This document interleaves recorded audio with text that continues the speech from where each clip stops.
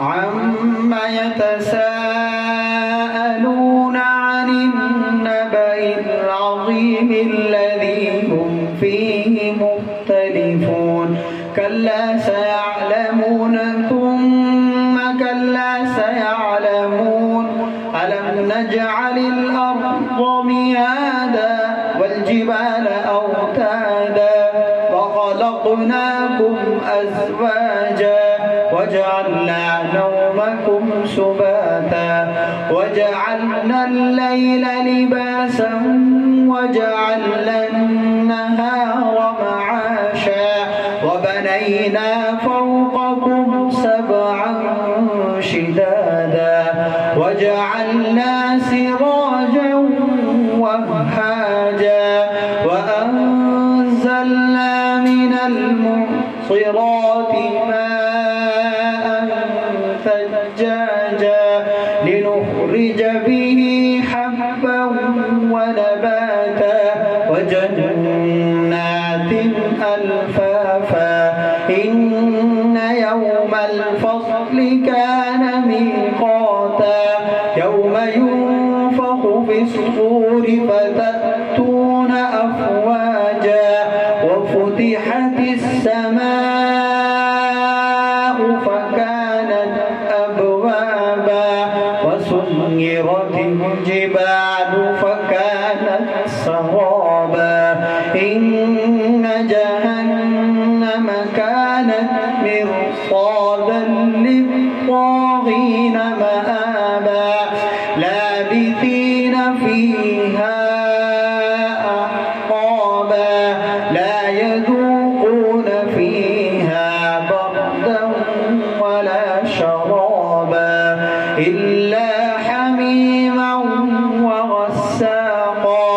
جزاء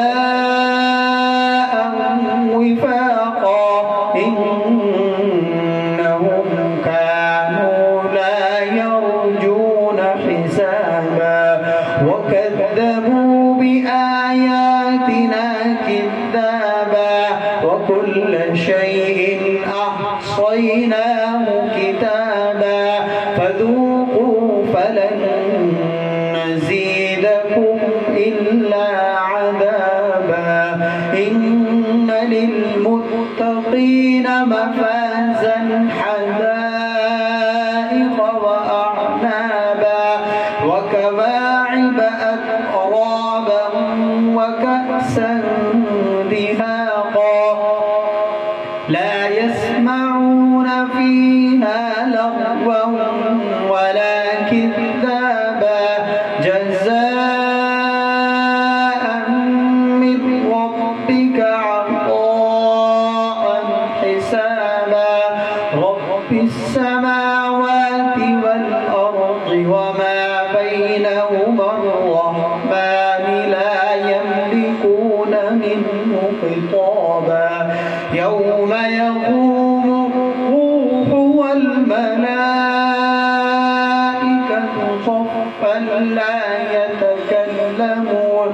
صفا لا يتكلمون إلا من أذن له الرحمن وقال صوابا ذلك اليوم الحق فمن شاء اتخذ إلى ربه مآبا إنا أنذرناكم عذابا